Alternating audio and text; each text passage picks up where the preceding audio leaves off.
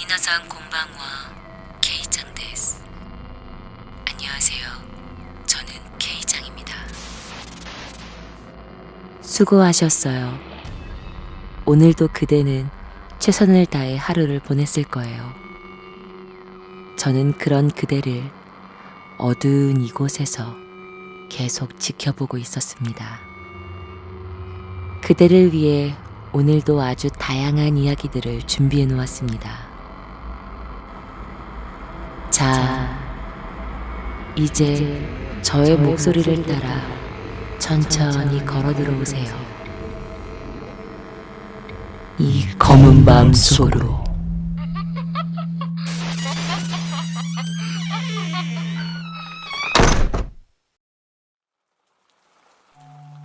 첫 번째 사연입니다. 이 사연은 이민정님께서 보내주신 사연입니다. 안녕하세요, K짱 언니. 언니 영상으로 취업 준비에 지친 나날들을 재미있게 위로받으며 지내는 취준생입니다. 이건 저의 소름 돋고 생각하기도 싫은 저의 실화입니다. 제가 취업 준비를 하며 받은 많은 스트레스 때문인지 저는 생전 처음 가위라는 것에 눌린 이후 꿈에서 꿈이라는 걸 알고 조종하고 즐기는 루시드 드림이 가능해졌어요. 믿기 힘드시겠지만요. 그렇지만 제 주변 사람들은 정말로 다 알 정도로 저는 꿈에서 많은 장난과 기괴하면서 소름 끼치는 일들을 많이 겪습니다. 이건 제가 꾼 꿈 중에 제일 무서우면서도 사람의 지나친 바람이 얼마나 무서운지 뼈저리게 느끼는 일이었어요. 제 이야기는 꿈속에서 시작됩니다. 그 꿈은 돌아가신 친할머니 댁에서부터 시작됐어요. 어렸을 적부터 할머니와 각별한 사이로 할머니가 돌아가시고 난 뒤 정말 힘든 시간과 눈물로 힘겹게 지내다가 이제야 겨우 차차 적응해 가는 중에 저의 마음 한구석엔 할머니의 모습을 잠깐이라도 볼 수 있다면 얼마나 좋을까 하는 그런 생각을 크게 갖고 살았던 것 같아요. 그러던 중 꿈속에서 할머니를 만난 거예요. 연분홍색 가디건을 입고 월남 치마를 입으신 곱디고 온 우리 할머니. 저는 정말 너무너무 행복했어요.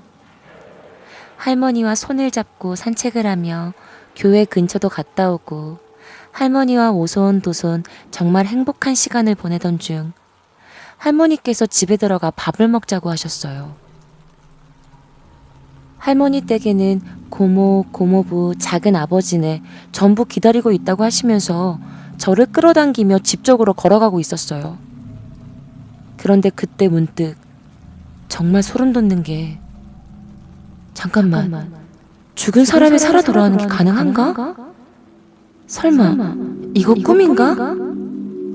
하는 의문이 드는 찰나 제가 멈춰서 할머니의 얼굴을 가만히 쳐다보니 할머니께선 해맑게 아주 밝게 웃으시면서 저를 쳐다보시는데 저는 그때 월남 치마를 입고 계시던 할머니의 다리 쪽을 보았어요.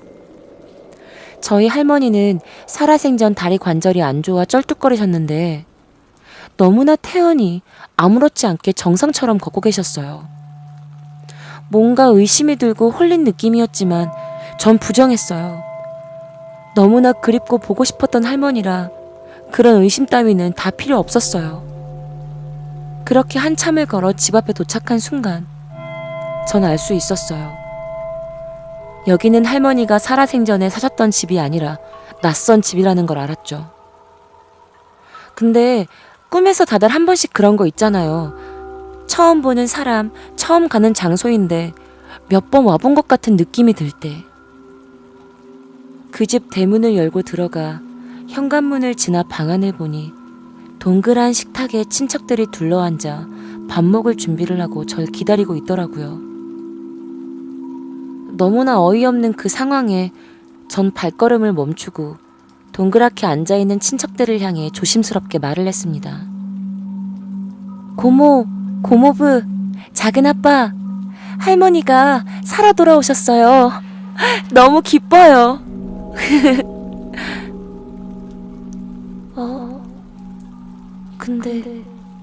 근데 이건 말이 안 되잖아. 혹시 제가 지금 꿈을 꾸고 있는 건가요? 이거 꿈인가요? 하는 순간 제 바로 앞 시선에 앉아있던 한 사람의 얼굴이 검은색으로 변하기 시작했어요. 그리고 나선 슥 일어나더니 고개를 위아래로 빨리, 진짜 너무 빨라서 목이 끊어질 것 같은 속도로 끄덕이면서 맞아, 이건 꿈이야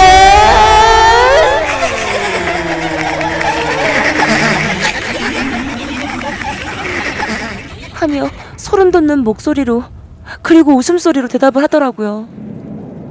너무 소름 돋는 웃음소리와 목소리, 제가 너무 놀라서 뒷걸음질 치며 이건 꿈이야 깨야 돼 하면서 소리치는데 옆에 있던 할머니가 굳이 비유를 하자면 하회탈? 그런 얼굴로 눈은 울고 있는데 입은 웃고 있는 모습으로 저를 보면서 이렇게 말했어요. 어디 가려고 아가? 나 혼자 두고 어디 가려고? 가지마.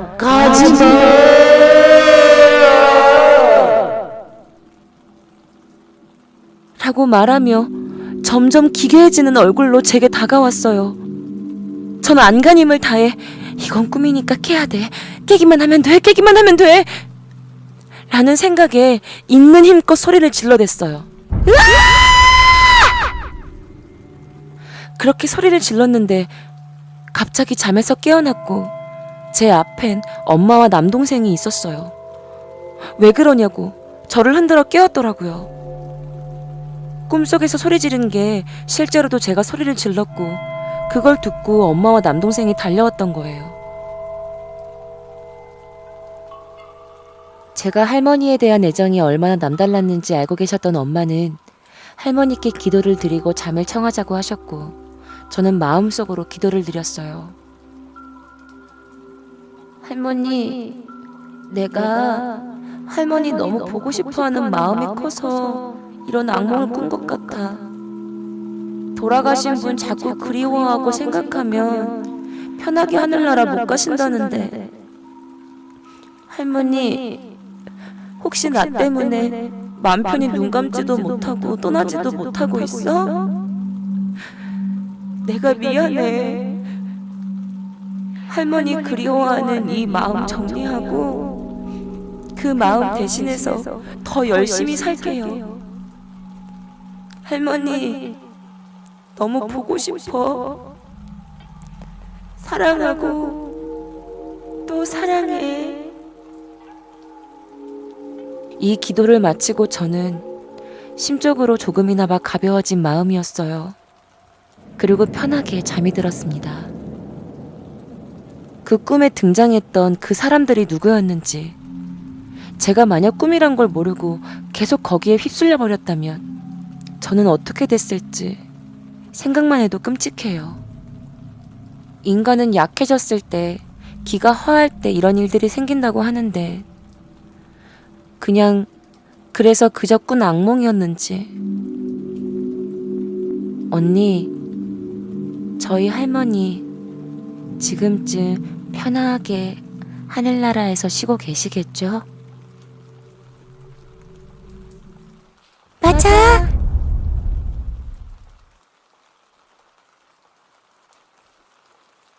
두 번째 사연입니다. 이 사연은 이소연님께서 보내주신 사연입니다. 안녕하세요. 언제나 언니 채널을 보고 있는 구독자예요. 제 사연이 너무 짧아서 채택이 안 될 수도 있지만 100% 실화이고 제가 10년 전에 겪은 일임에도 여전히 또렷하게 기억에 남아 이렇게 글로 보내봅니다. 제가 고등학교 1학년 때였어요. 그때 저희 집 가세가 기울어서 굉장히 허름하고 안 좋은 동네로 이사를 가게 되었어요. 빌라였는데 저희 집이 3층 꼭대기라 제 방에서 누우면 앞 빌라 물탱크가 보이는 구조였죠. 그때부터 제가 극심한 가위에 많이 눌리곤 했어요. 심할 때는 하루에 2번씩 눌린 적도 있고요. 간혹 자다 깨서 물탱크 옆에서 누군가 절 쳐다보고 있는 느낌 때문에 깜짝깜짝 놀라기도 했고요. 암튼 그렇게 가위를 많이 눌린 와중에 가장 기억에 남는 꿈이 있어요. 그래서 그 이야기를 해볼까 합니다. 고등학교 1학년 때, 그날도 야자가 끝나고 1시가 다 돼서야 잠이 들었던 저는 이상한 기분이 들면서 가위에 눌리기 시작했어요. 꿈의 배경은 저희 반 교실이었는데 애들이랑 막 떠들고 놀고 있던 와중에 갑자기 저 멀리서 곡소리가 들리더라고요.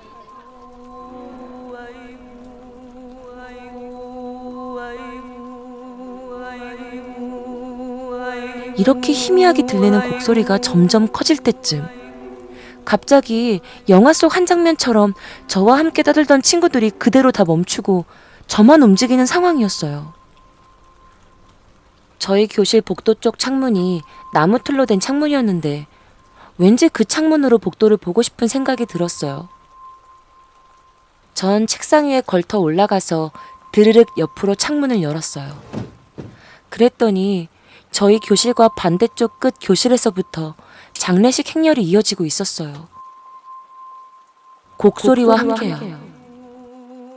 그래서 너무 무섭다는 생각에 창문을 닫으려고 하는데 문도 안 닫히고 그 행렬은 점점 더 가까이 저에게 왔어요. 그리고 나서 저희 반 앞까지 도착한 그 행렬이 갑자기 걸음을 멈추고 곡소리도 멈추기 시작했어요. 너무 무섭다는 생각에 문을 닫으려고 하는 그 순간 그 행렬이 일제히 저를 바라봤어요. 근데 아직도 잊을 수 없는 게 마치 계란판에 올려져 있는 계란처럼 얼굴에 눈, 코, 입이 아예 없는 하얀 얼굴만 있는 30명 남짓한 사람들이 저를 바라보고 있었어요. 눈, 코, 입은 없지만 저를 바라보는 느낌. 왜 그런 건 느낄 수 있잖아요.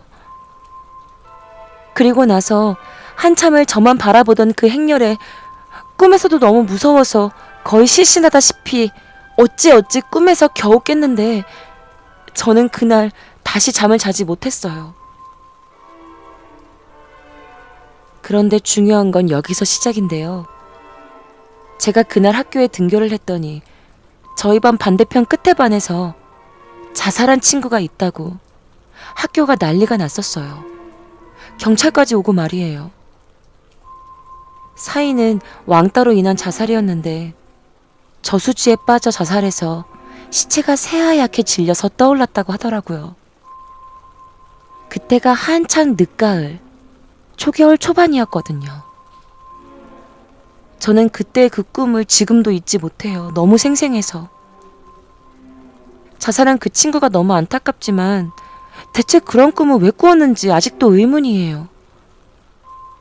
마치 예지몽처럼.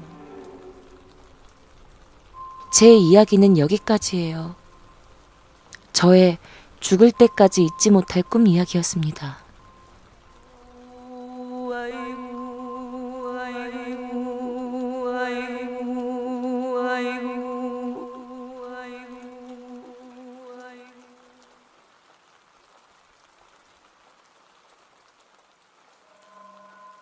세 번째 사연입니다. 이 사연은 최효정님께서 보내주신 사연입니다. 안녕하세요, K짱 언니. 저는 올해 14살이 된 캐스키입니다. 이 이야기는 저희 사촌 언니가 실제로 겪었던 일입니다.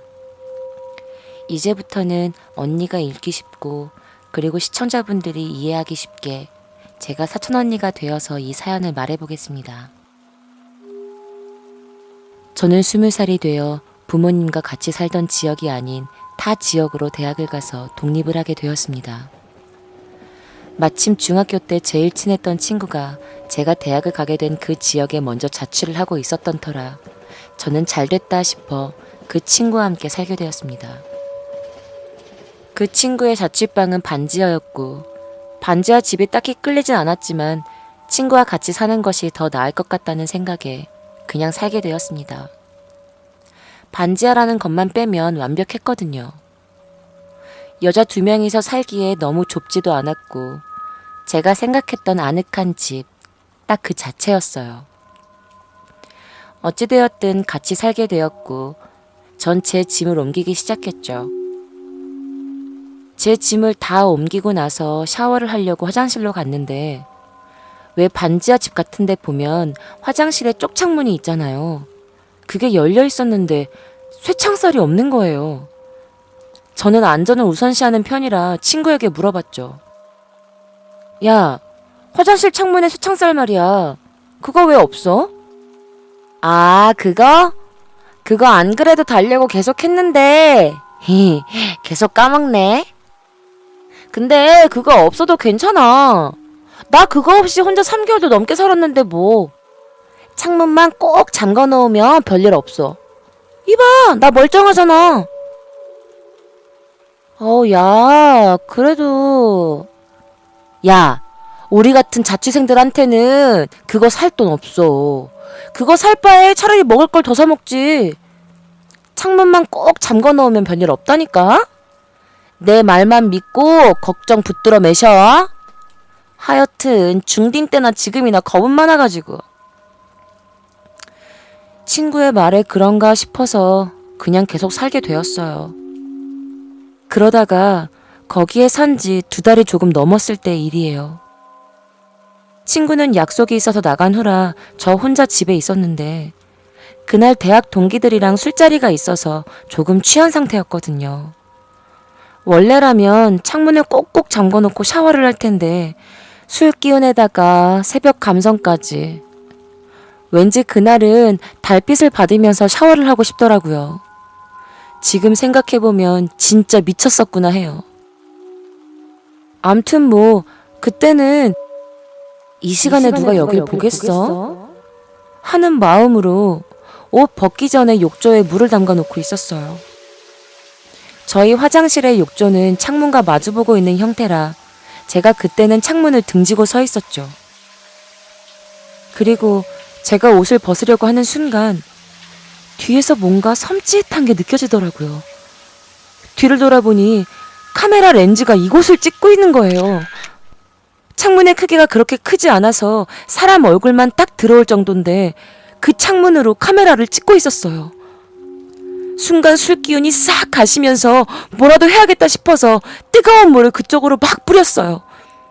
그랬더니 남자 웃음소리가 들리더라고요.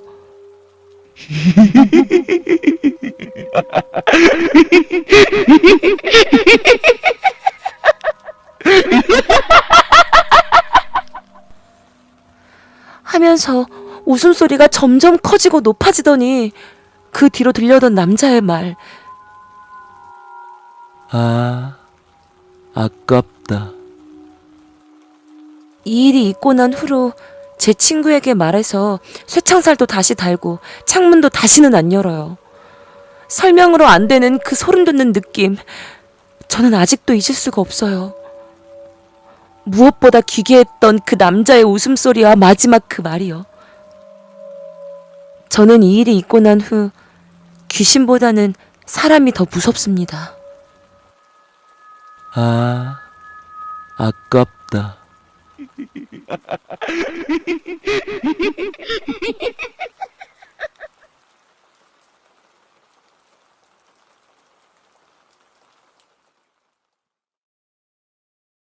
네 번째 사연입니다. 이 사연은 하얀 겨울천사님께서 보내주신 사연입니다. 안녕하세요. 전 도쿄 K장님의 팬이자 4살 아이를 키우는 엄마입니다. 매일 밤 아들을 재우고 도쿄 K장님의 영상을 보면서 늦게 자는 게 이젠 습관이 되어버렸네요. 때는 2012년 5월 28일. 제 나이 33살이 되었을 때 신랑을 만나 결혼 전에 서울에서 지방으로 왔을 때였습니다.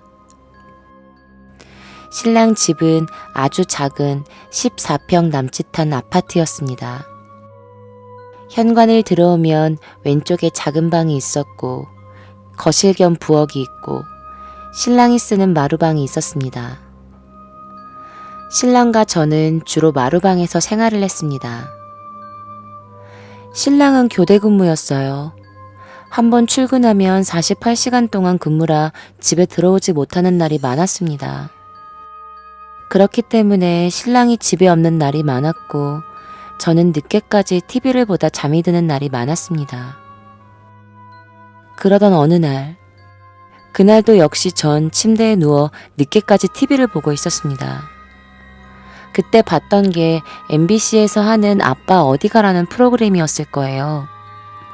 연예인분들은 김성주, 성동일, 윤민수 씨 등이 나오고 4명의 연예인 아빠와 그의 주니어들이 지방이나 이런 곳을 여행 다니면서 즐거운 추억을 만드는 그런 프로그램이었습니다. 저는 아이들이 제잘거리는 게 너무 귀여워서 저 혼잣말로 아, 귀엽다. 나도 저렇게 귀엽고 예쁜 아이 가졌으면 참 좋겠다. 하면서 스르르 잠이 들었습니다. 그런데 잠결에 자꾸 꼬마 남자아이 노랫소리가 귓가에 들렸습니다. 꼬마야, 꼬마야, 어디까지 왔니? 이런 노래가 자꾸 여러 번 반복해서 들리는 거였습니다. 전 그저 잠을 늦게까지 안 자는 아이가 있나 보네 라고 생각했습니다. 사실 저희 아파트는 오래된 아파트라 방음이 잘 안 됐었거든요. 옆집 사람이 말하는 소리, 휴대폰 통화 소리, 휴대폰 알람 소리까지 그 모든 것들이 다 들릴 정도였으니까요. 그래서 전 잠결이었고 노래 부르는 소리가 났었지만 아무렇지 않게 생각하고 계속 잠을 잤어요. 그런데 또 꼬마 남자아이가 노래 부르는 소리가 귓가에 들리는 것이었습니다. 문 앞까지 왔다. 이러는 거예요. 전 잠결인데도 기분도 뭔가 찝찝하고 무섭고 해서 이불을 머리 끝까지 뒤집어 쓰고 있다가 또다시 잠이 들었습니다. 한참을 잠이 든 저는 거실 쪽에서 뭔가 환하게 비추는 느낌이 들어서 뭐지? 하고 눈을 개슴츠레 뜨고는 제가 보고 있는 그것에 깜짝 놀랄 수밖에 없었습니다. 3살쯤으로 보이는 남자아이가 글쎄 저희 주방 식탁에 걸터앉아 발을 흔들흔들 거리고 있었습니다. 노란색 원복에 무릎까지 올라오는 하얀색 양말을 신고 있었고 머리에는 노란 모자를 쓰고는 저를 빤히 쳐다보고 있었습니다. 저는 그때 꼬마 남자아이가 쳐다보는 눈이 이상해서 자세히 보려고 잠이 덜 깬 눈을 손으로 비비고 또다시 그 남자아이를 보았습니다. 순간 전 경악을 금치 못했습니다. 꼬마 남자의 눈엔 검은 눈동자도 없이 온통 빨갰습니다. 어두운 방 안에서 저 혼자 있어서인지 너무 무섭고 소름이 돋았습니다. 그래도 귀신이든 사람이든 대답은 하겠지 하고 전 꼬마애에게 말을 걸었습니다. 꼬마야, 너 누구니? 그랬더니 그냥 씩 하고 웃는 거예요. 그래서 전 이번이 마지막이다 라고 생각하고 물어보는 동시에 형광등을 켜려고 불 켜는 쪽으로 천천히 움직이고 있었습니다. 그러는 중에도 꼬마 남자아이는 저를 보고 웃으며 탁자에서 발만 흔들흔들 거리고 있었습니다. 전 드디어 형광등을 켤 수 있는 곳까지 갔고 꼬마 남자아이에게 다시 말을 걸었습니다. 꼬마야, 너 여기 어떻게 들어왔니? 라고 말하는 순간 남자 꼬마아이가 사라졌습니다. 뭐지? 잠을 늦게 자서 그런가? 아니면 헛것을 본 건가? 하고 조심스레 다시 침대에 누워 이불을 덮고 왼쪽으로 몸을 틀고 잠을 자려는 순간 그 꼬마아이가 제가 누워있는 왼쪽 침대에 얼굴을 가까이 대고 이렇게 말했습니다. 왜? 나? 이 부러웠지. 이쁘다.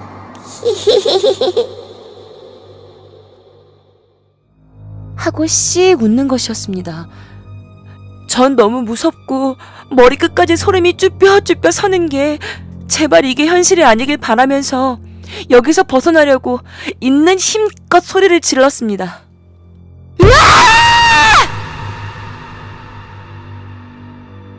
그리고는 눈을 떠보니 꼬마 남자아이는 사라진 뒤였습니다.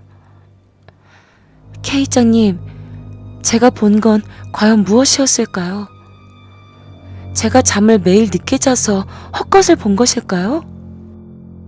지금도 그때만 생각하면 잠도 오지 않고 너무 무서워지고 소름이 돋습니다. K장님이 말씀하셨잖아요. 세상에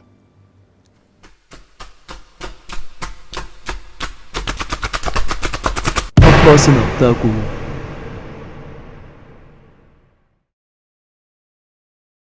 다섯 번째 사연입니다. 이 사연은 김다희님께서 보내주신 사연입니다. 안녕하세요. 평소에 언니 유튜브 영상을 엄청 즐겨보고 있는 캐스키입니다. 제가 전해드릴 이야기는 무서운 건 아니고 기묘한 일이에요. 최근에 저희 이모 식구들이랑 저녁 식사를 하게 되면서 이런저런 이야기를 하다가 나온 이야기예요. 이모 식구들이랑 식사를 다 먹고 맥주를 마시면서 옛날 이야기를 하고 있었는데 제가 어렸을 때 어른들끼리 하는 이야기를 슬쩍 들은 적이 있어서 그 외에 귀신 이야기 있잖아요. 문득 그 생각이 나서 물어봤어요. 이모, 그때 전에 살던 집에서 쌍둥이 중 한 명이 어떤 아줌마 보인다면서 무섭다고 하지 않았어? 라고 물어봤더니 이모가 아, 맞아. 그때 내가 쟤 때문에 너무 힘들었어. 라고 하시면서 이야기를 해주셨어요. 이모는 아들, 딸 이렇게 일란성 쌍둥이를 낳으셨어요. 쌍둥이들이 3살쯤 되던 해 어느 날부터 남자애가 밥을 먹으면서 반찬을 하나 놔두고 계속 밥을 먹었다고 합니다. 그래서 이모가 치우려고 하면 울고불고 떼를 쓰면서 아니야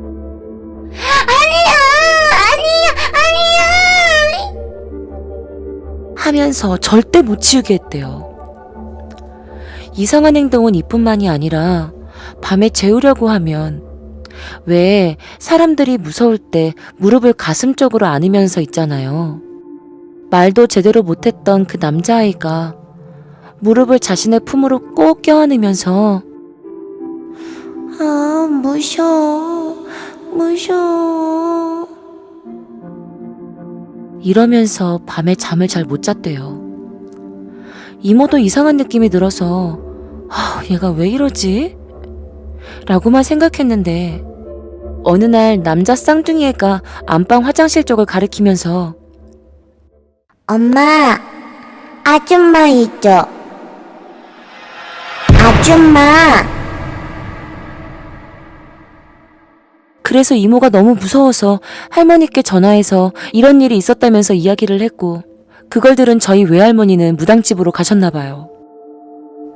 여기서 진짜 소름이 끼치는 건 할머니가 무당집에 갔을 때 그 무당분께서 할머니, 손자 때문에 왔구만?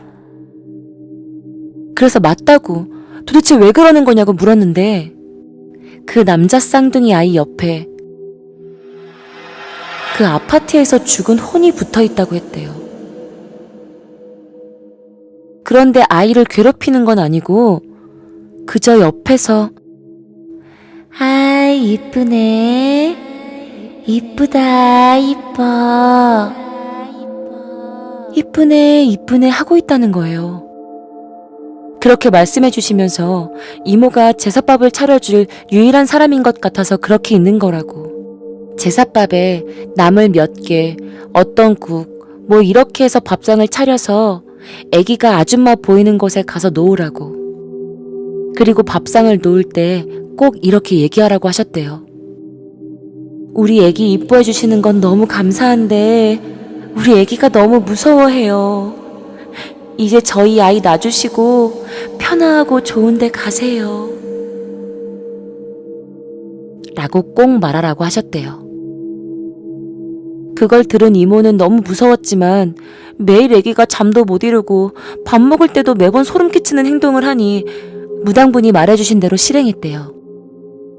그런데 신기하게도 바로 그날 밤 아기가 한 번도 안 깨고 푹 자고 밥 먹을 때도 더 이상 이상한 행동을 하지 않았다고 해요. 그런데 이모가 곰곰이 생각을 해보니 아이가 아줌마라고 했던 그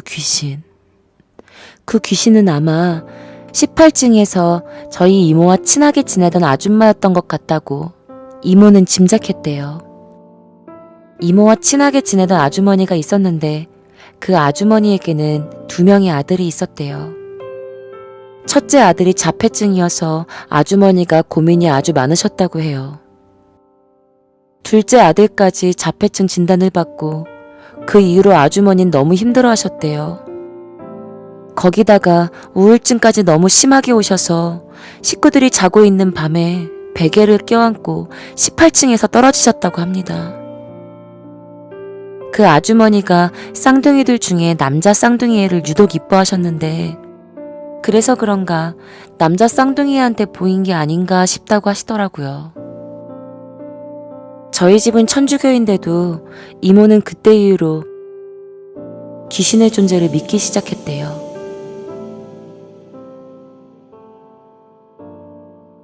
아, 이쁘네. 이쁘다.